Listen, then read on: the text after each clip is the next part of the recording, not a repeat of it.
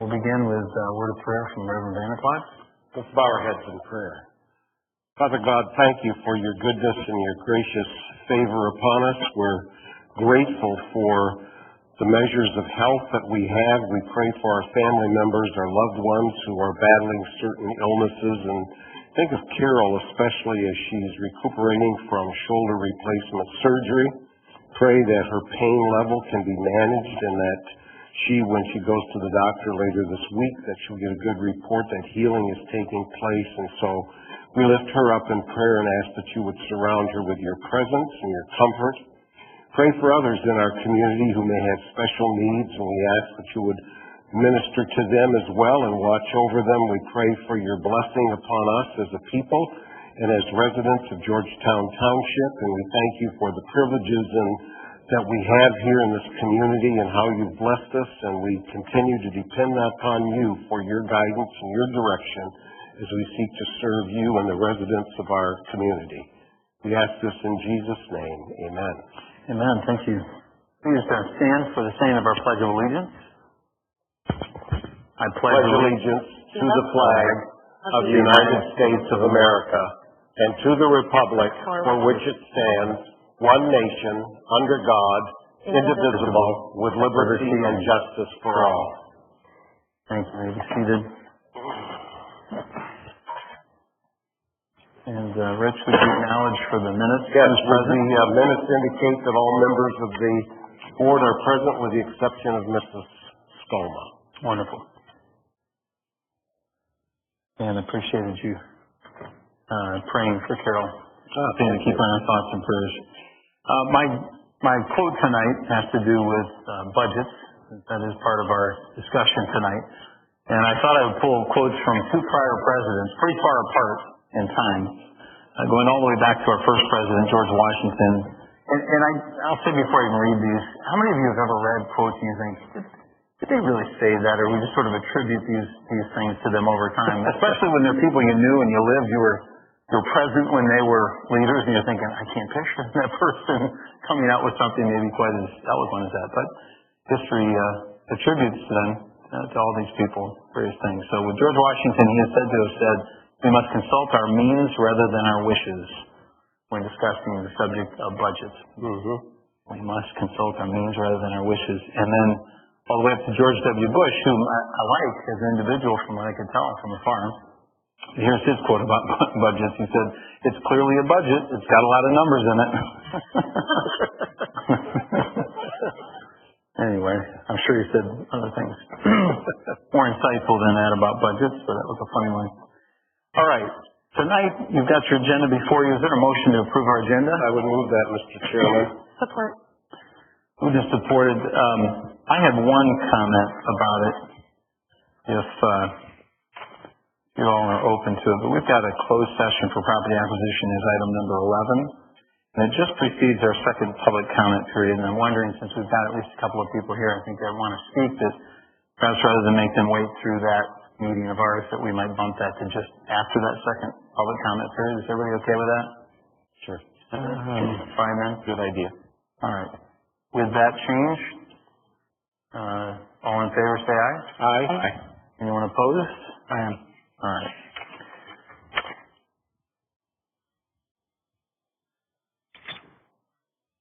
We'll come back then to item 6, communication letters and reports received for information. I hope that you avail yourself of those. I know you do. It's interesting. Some of the letters and suggestions we receive are worthy of our consideration. Item 7 then, you heard me allude, those who are here tonight to observe our board meeting, you heard me allude to the second public comment period, and you said, there must be a first, and that would be right now, item 7. Now, for our experienced folks like John Cade, he knows what that's about, but if you're unsure, the first public comment period is strictly limited to items on the agenda tonight. So we've got a somewhat limited agenda, but you are welcome tonight to speak to those items. If you choose not to speak to those, you're welcome then to wait until the second public comment period and bring up anything you like. And if you want to speak at both, that's permissible as well. So is there anyone who would wish to address any of the agenda items at this time? All right. Yes, sir. Step forward, and if you would approach the mic, identify your name and your street address, please.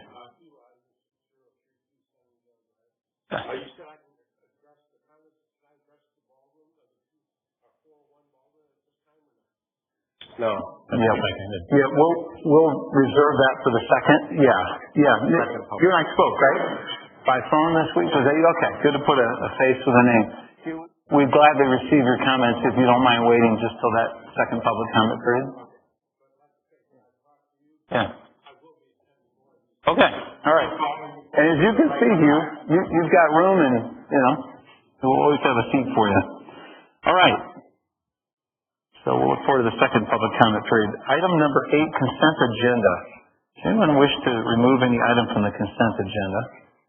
Yeah, I'd like to pull 8.3. 8.3, okay. We'll bump that down then and make that, I'll call it 10A.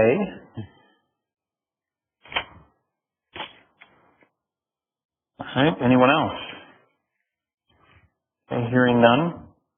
Is there a motion to approve of the consent agenda? Mr. Chairman. Support. All in favor say aye. Aye. Anyone opposed? All right. Item number 9, the 200 Baldwin Street, Chapter 20 drain. You all have reviewed, I'm sure, the petition and resolution.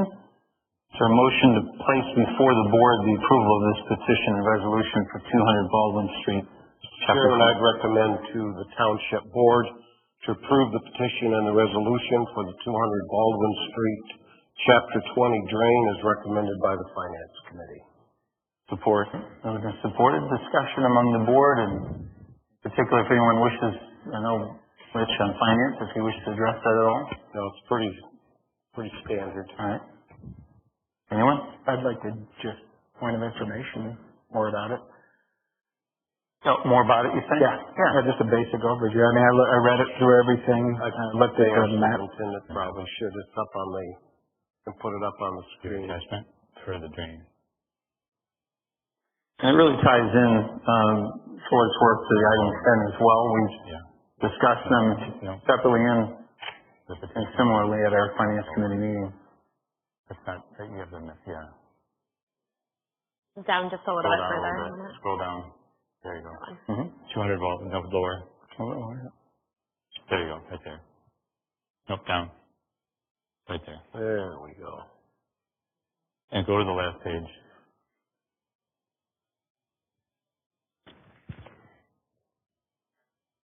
That's good, right there.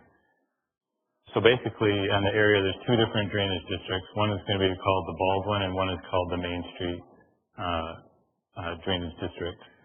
And the Road Commission has done improvements in the roads, but no drainage district has been established.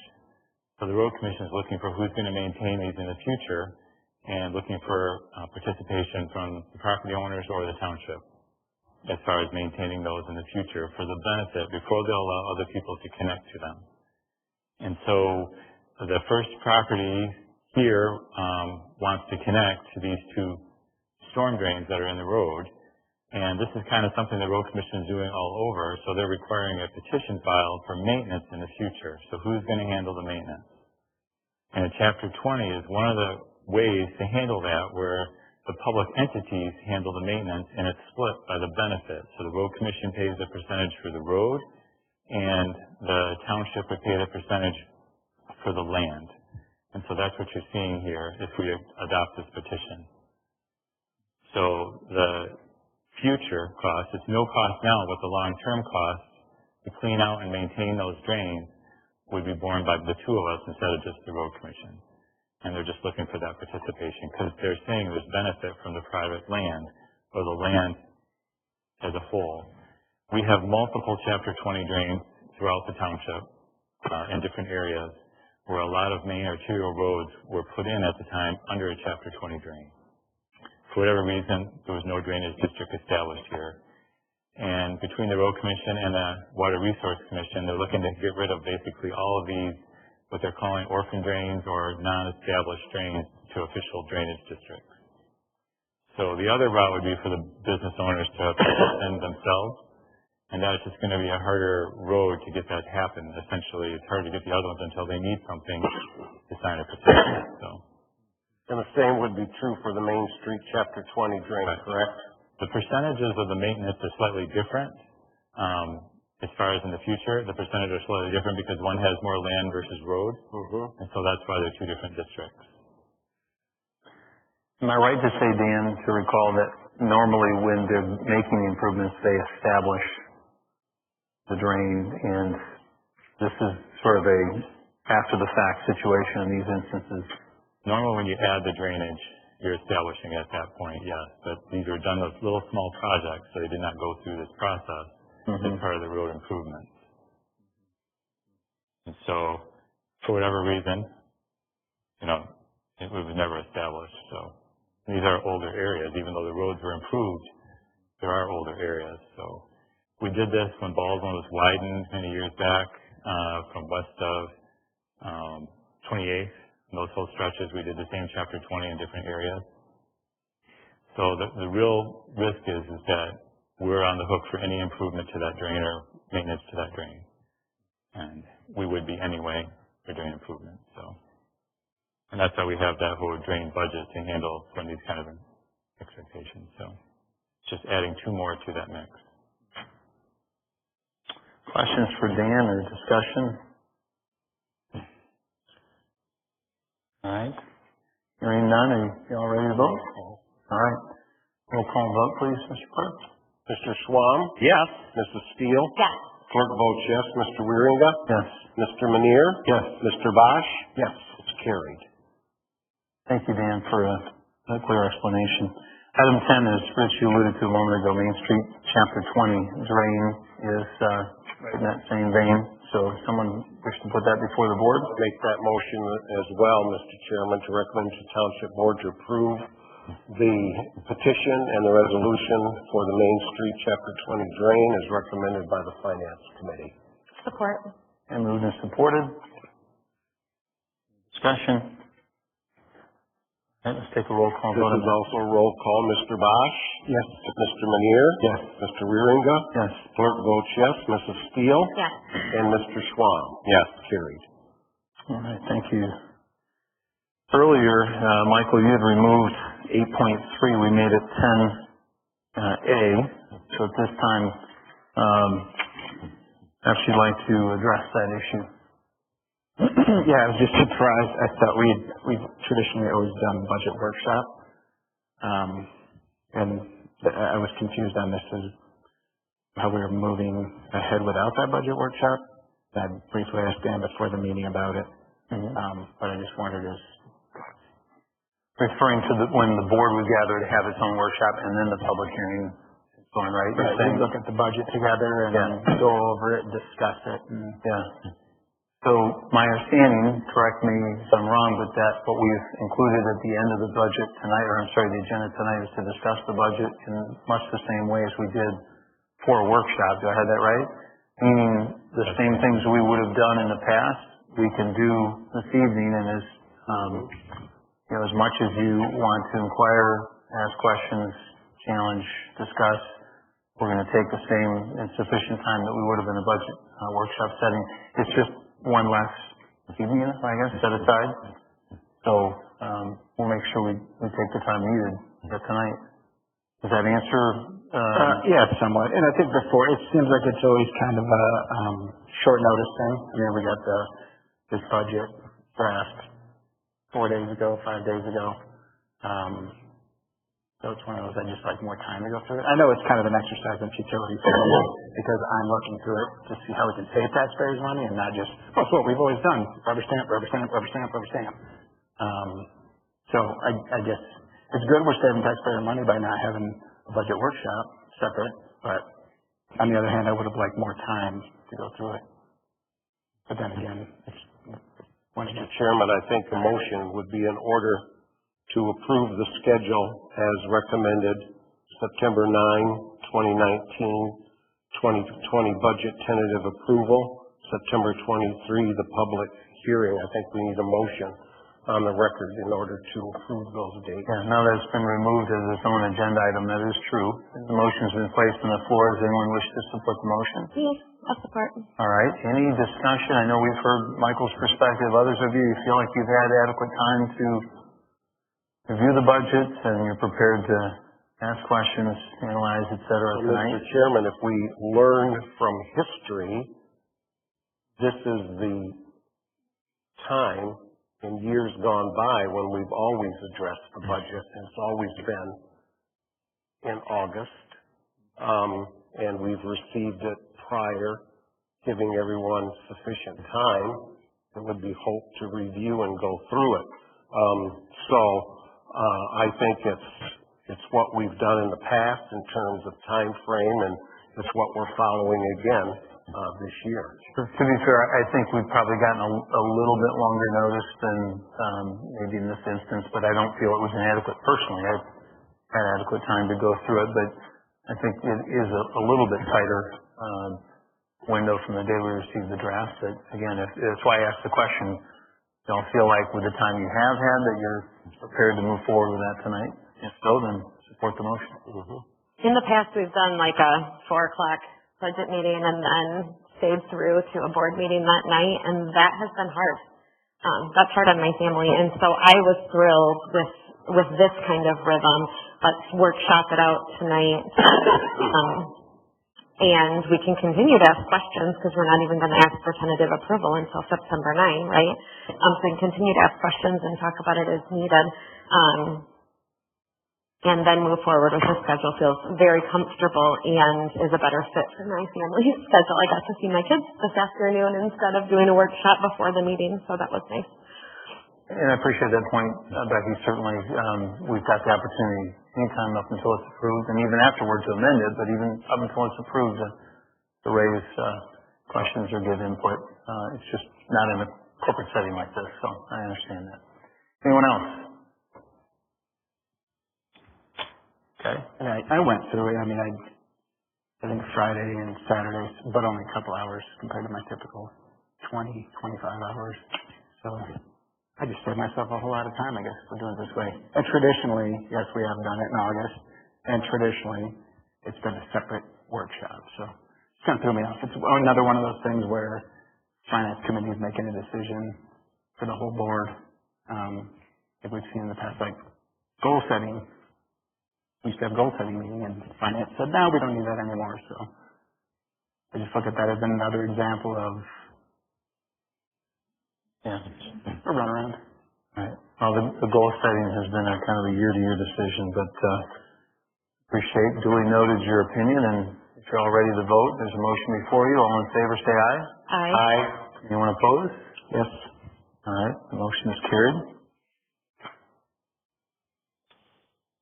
All right, this would be now, I'll call it number 11, since we've kind of swapped 11 and 12, if you will. So this would be the second public comment period I alluded to earlier, and others. So at this point, you may step forward and address the board. Let me say before you do, I know, again, some of you are familiar, you maybe not as much. You've got 3 minutes, and we want to give you your full 3 minutes, so we don't necessarily enter into a dialogue. Don't take that as disinterest. We're listening, and in some cases we may follow up directly with you or direct you to a particular department or an individual or after a meeting talk with you. But this time the floor will be yours, and it's your chance then to share about what's on your mind. I want to make one comment before we take our first speaker, and that is, Rod, I know we received advance notice that we would hear from people tonight, at least one person, about 5G network installation. And you had buttonholed me before the meeting and said there's been a new development that may be of interest to those who've come to speak to that issue tonight. Would you quickly just address that with the board, and then we'll open the public comment. That's just a quick update for the board. I did touch base with ACD.net, who was the group that installed a while back 2 5G DAS units, one on Edson Drive by West Bay Court, and one on 40th Avenue just north of Port Sheldon. They they started the process working with Consumers Energy and mounted those units on the pole. Since then, that project has been canceled, and I received verification from them today that they will come and remove that non-operational equipment.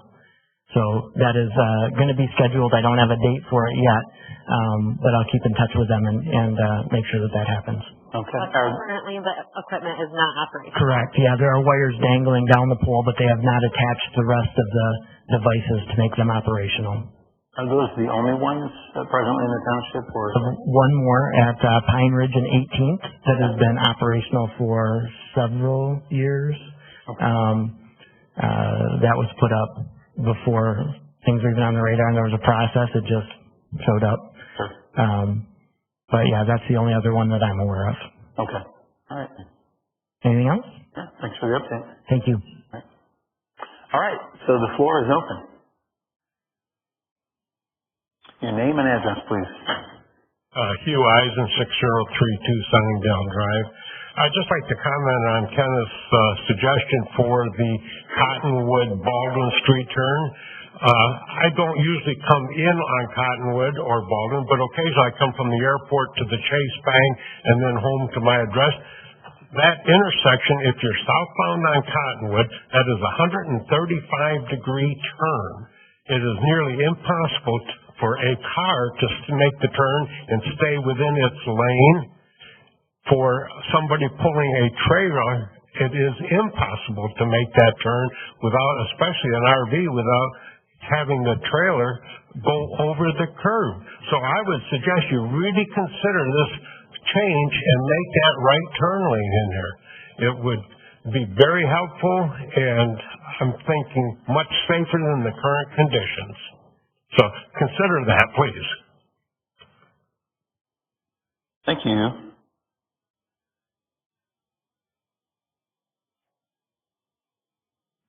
Good evening. I'm Maya Hahn. I'm the Galveston emailing. I live on 2091 Quarry Drive in Hudsonville, and I have been working with Michigan for Safe Technology in Grand Rapids and talking about the deployment of 5G and setting up the grid there and how to help minimize public health concerns.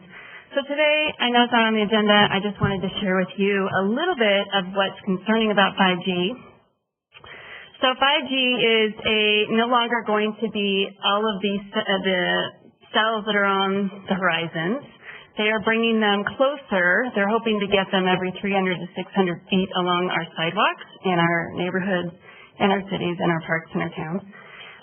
This is because this new technology uses millimeter waves, so it's very, very powerful, but it doesn't go long distances. So they need to communicate at shorter distances. So they're wanting to really create an entire grid, like we have our telephone poles and power lines, to also include these cells. What we know is RF radiation is a carcinogen. We know that it causes cancers, infertility, birth defects, brain disorders. There's a case in California when the technology was still minor, it was still at 2G. California firefighters now have an exemption. They do not have to have cell towers on their property where they live after they were having significant neurological problems. What was reported, they were having symptoms of headaches, extreme fatigue, cognitive impairment, amnesia-like sleep when the men woke up for 911 calls as if they were drugged, inability to sleep, unexplained anger, depression, anxiety. There were firefighters who got lost on several occasions while on 911 calls in the town that they grew up in. In one instance, 4 firefighters sat in their rig in a stupor with the alarm sounding in the background, unable to remember how to start their engine. A medic with 20 years of experience had never made a mistake, forgot basic CPR in the midst of resuscitating coronary victim. So the brain scans of these 6 men revealed a pervasive excitability of the neurons, which suggested the exposure of data-modulated radio frequency electromagnetic microwave radiation that was causing the neurons to continually fire without benefit of rest. When neurons, brain cells, cannot rest, they ultimately die. Now pervasive infertility is plaguing these firefighters, and there is one station that has 4 cases of cancer. So these firefighters have been able to get an exemption. But this is a perfect example of what we're dealing with. It's dangerous. We know it's dangerous. The people that put these big towers up know there's a protocol to minimizing their exposure, but now we're going to get it at our sidewalks where our kids play, where we sleep 24 hours a day, 7 days a week, and we all need to be concerned. Thanks for listening. Thank you for that input. One of the things I think we may discuss at the end tonight would be a relevant committee to assign that matter to investigate. So, yes. Hi, I live in Grand Rapids. I'm Teresa. I've been kind of working with the city of Grand Rapids after bringing it to their attention that there were people with concerns. They did put in place an ordinance to try and keep whatever, what little control they could have over these right-of-ways, because our legislators gave away all of our local power for this last year. So they put in place a set of rules, which I'm going to the City Commission tomorrow to speak with Eric DeLong, the Deputy City Manager, to find out if they've cemented any of their rules yet. We did a public meeting. We gave our input and asked for some changes to their rules. And I can supply you with a draft of theirs that, for their rules that they had, but I would have to email it to you. It was kind of last minute for me to be here. So, and then I also have copies of like the input that we gave as the public, for changes for them to make. And I also have, for the firefighter, the firehouses out in California, I have a little thing that I printed up from the IASF that you guys can look over and see what it says. So I didn't really have anything like 100% prepared to speak. I just wanted to come and, make our presence known that this is a concern. Thank you. So. Thank you, Dan, can help us disseminate. I have Thank you both for coming. We take this seriously. We take protection of the public seriously, and so it's clearly a matter to be investigated. I don't think anyone of us pretends to be experts on that type of technology, but I've begun to read about it. It's fascinating. It is. So we will talk about how it might be further discussed as a board. So thank you. Yeah. Sure. Anyone else wish to address the board? I'm not staring at you to compel you, John. I wanted to let you know you're welcome, and it would be unusual if you didn't say something. Hello or something. John Kane, 7869 Parkside Court. What I have to say is nowhere near as technical as the last two people did. I like that finally the sidewalk on the east side of 28th Avenue is completed. But I've been asked by people, there's a lot of weeds between the sidewalk and the road. Is that the homeowner's responsibility, or is that the township's responsibility? I'm assuming it's the homeowner. Homeowner. If someone has a complaint, should they just contact Dan? There's a complaint form on the website that we've talked about before.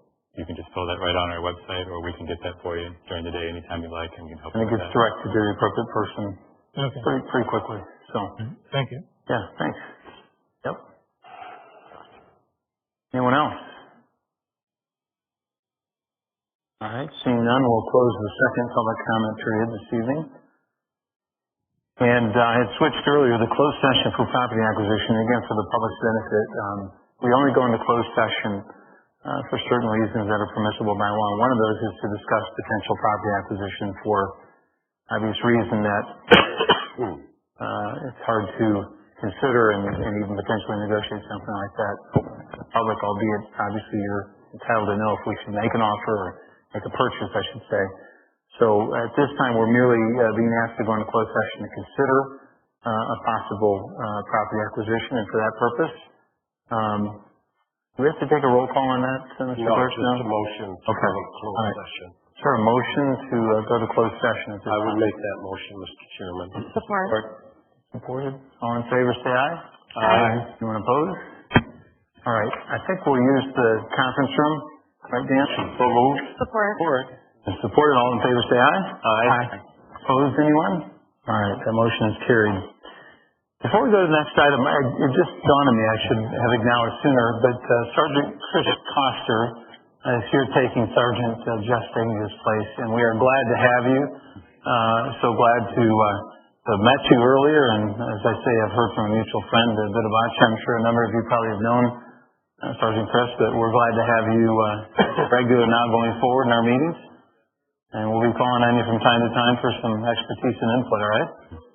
All right. Sounds good. Keep Chief awake there. That's part of your job. All right. Item number 13, we'll begin with 13.1, discussion of the 2020 budget. Each of you has been provided, as has been mentioned already, with a copy of a draft budget. And this is the time, as I alluded to earlier, that would be akin to the workshops we used to have. Did you want to say something? I just wondered if you want to do any discussion in general. As opposed to on the heels of it? Sure. Now, Yeah, and then do the budget following that. Sure. That's just a suggestion. Yeah, that's fine. Anyone have, I've got one or two things. Anybody got items they'd like to bring before the board now before we discuss the budget? I'm so excited about that sidewalk on 20th Avenue being done. Oh. We've been riding our bikes back and forth to Hager Park and down to Kids First, and that's making my life really a happy place. So Right. thank you to everyone who did hard work on that.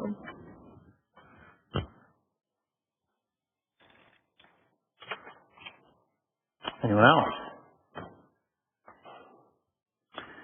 Just a reminder for evaluations, superintendent evaluations, if I could have those by this Friday. Yep. End of the month. You can just email them if that's easiest for you. I thought I had something else, yeah. Yeah, that's right. That's it. Thank you. We alluded earlier, I did at least, to the fact that we would discuss assignment to a committee for discussion of 5G technology. Is there anybody here, first off, that has done much study into whether it had to do with 5G or even before that? There's been concerns about radiation. I recall when the flip phone came out and different sequences along the way in technology, people were concerned about its effects. And I think we see anecdotally, or rather just, what's the word I'm looking for, just by our day-to-day life, you observe as you grow and grow older, you think, okay, I don't recall having this many diagnoses of, autism or this or that and the other. I think a lot of us, have wondered in society, investigated what's causing this, that, and the other. I don't know. I do know that there have been some concerns. I know there are countervailing concerns as well. I think if you read the Wall Street Journal report this past Friday or Thursday, I think it was, they said, well, FCC studies have shown that these effects from cell towers, cell phones, et cetera, is no more carcinogenic than a pickle or coffee. But then, as has been pointed out, their studies in many cases are quite old, and technology, of course, is rapidly changing. So there's clearly much to be investigated there, and as a township. My view is we're obviously charged with the health, the safety, and welfare of our residents, one of our chief charges here, and that can, of course, take various forms. It can be in looking out for their ability to transact, business or do their schoolwork from home, or to, have high-speed technology that rivals, other cities and townships and the like. And then, of course, on the flip side of that coin, it can have to do with protecting health, safety, and welfare based on potential harmful effects of what we permit in the community. And that's, of course, what is being raised here tonight is that very thing. So I don't pretend to have that expertise. I'm looking forward to reading what it is that's been provided to us and really investigating some on our own. But ultimately, we've tended in the past to, rather than try to initially discuss that among the board, would be to assign it to a committee to begin that discussion and give people, like interested residents and others, the opportunity to speak maybe at a fuller length, or to present, or to have discourse, interchange. And as I thought about that, the committee that seems most logical would be utilities, because they're dealing with things of this nature. Seems to me, at least. I mean, when I think about finance, it's not as close to that. It's probably not as close to parks and services. You think obviously differently. I'd like to know then what the general consensus would be for where that discussion and investigation could originate. I would, Mr. Chairman, I would recommend if we do assign it to a committee, that it be the Utilities Committee. But having said that, the realization being that there are many different points of view. The view that we heard expressed tonight is only one point of view. There are other studies, there's other information out there that are totally different than this. And so I think that would be the mandate for the Utilities Committee, to look at all facets and have other speakers come in who have a different point of view in order to present their case, so that we get a good cross-section, representative cross-section of viewpoints. And if that is the case, then I would be in favor of assigning it to utilities for their work, which is a lot of extra work. But I believe that there should be other voices that are heard as well regarding the whole 5G movement and that generational kind of thing. So that's, and I don't think we need a motion to do that, but I think if we have a consensus to do that, it seems logical to me. Sure. I'd be leaning more towards creating a new committee. And like I've said before, is non-voting members who are familiar with the topics on that committee as well. Just to bring that level of expertise, because I think when you have a committee, it doesn't necessarily mean there's experts on it. So I think bringing in that resource, like I said, we should do it with finance, we should do it with services, we should do it with utilities. Bring people in from the community who are residents who know each one of those aspects to get their opinion. That way we've got an expert right on staff. It'd be non-voting, so it wouldn't be able to influence it. Not that 5G would be an influence, but I think means to the same end would be to assign it to an existing committee, though, and have the board's direction for that committee be to bring in experts to present to the committee a variety of opinions. I think why make another committee if you could just invite the same people that would be on the committee to speak to a subset of the board that already exists.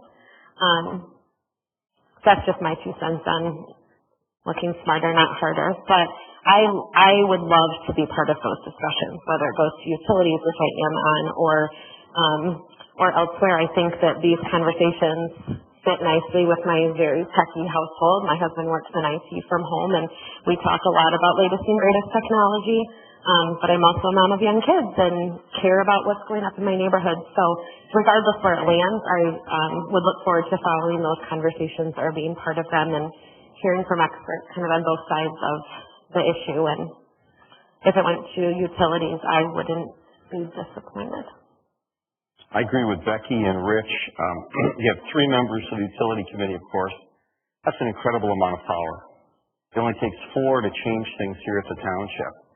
So if you've got the 3 people that are listening in the Utilities Committee that bring in the experts, and they feel a passion in their heart that we should go in one direction or the other, the chance of getting that done is very, very powerful. Mr. Chair, And I would recommend that. address the issue a little bit. Sure. I think we've forgotten where we started like 5 years ago and 4 years ago. We started with a consortium of communities to address the towers, developing model ordinances of how we can do this, setting fees. We actually set fees of what we would charge to allow these in the community. And then the state preempted with a state law that basically threw out a lot of those issues that we could deal with before, and they've really limited us. So our control is very limited right now, and I think that's where we need to start with, hey, let's get the utility committee the state law. We have this consortium of communities already that have developed some models that we can look at, and where it conflicts with some of the other things that we've heard already. And so if we get this information to you, I think then you'll know a little bit where, how you want to proceed and where your options are. And I think it's a little early, to start talking about little things when you're certain things until you have that background of what really your authority is. And you might find that your really issue is how to lobby others how to change that state law. since currently we've been preempted from a lot of the concerns. And nothing you're going to do can develop the safety aspect as far as any rules that we make. Mm-hmm. Okay, that's not one of the regulations that we can include for this. So I know that's where the debate is, but that's not within our purview. The state has said certain issues are local, township, certain issues are county, like a jail, and certain issues are state. And they said this is one of those, except these few little things that you can address. So that's where we're at, and so you just need to know kind of where I think we can bring that to you again, and utilities I think is a great spot, or other committees. I don't care if it's services or utilities, but getting that background I think will help. So that makes sense to me, Mr. Chairman.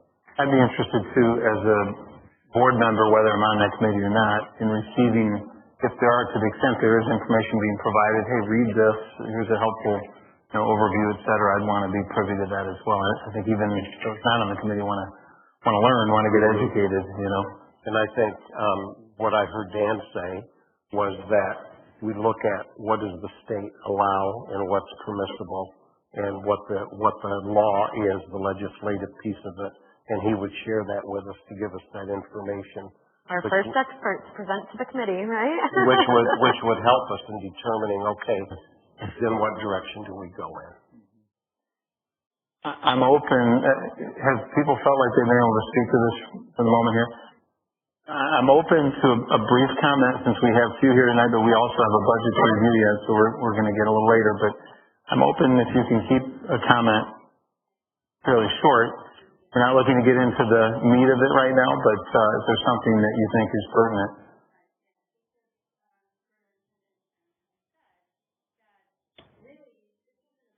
Is it good for your health or is it not good for your health? We really need to approach this as we really don't know, but we only have, as you said, a little bit of power to control what goes into our town. And so you cannot say that you're concerned about health or the environment as a reason to not allow it to come in. But there are things that you can say, thinking that I'm going to be precautionary in this approach. So you really do need to know exactly what you're allowed to do and use every single one of those 7 items that you have power and control over for a ordinance and a permitting process to make sure that you're looking at the aesthetics, how this is going to change. I mean, this is a new grid going into your community. So you want to know and have power on where this grid's going to be, how these things are going to be spaced out. And so you really need to know the background of it, and then consider an ordinance and a permitting process. Yeah, okay. All right. Thank you. So a bit of echoing what Dan just said a moment ago, too, you're echoing some of what Dan just shared a moment ago, and we need to get educated on that. So, yeah. Sounds like we need to learn those 7. 9. Okay, 9. All right.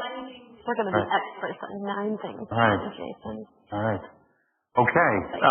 Then is there a consensus among the board about assigning this matter to utilities? And by the way, I didn't bring that up with anybody, so I don't have anything vested or trying to push it. We do have our 2 youngest members on the committee. I suspect they might be 2 of the more technologically advanced, but we wouldn't be expecting you to be the experts, as been said. And I think Michael makes a good point, which you've echoed, which is it's a good place to invite other information in and to bring people in who can speak to it.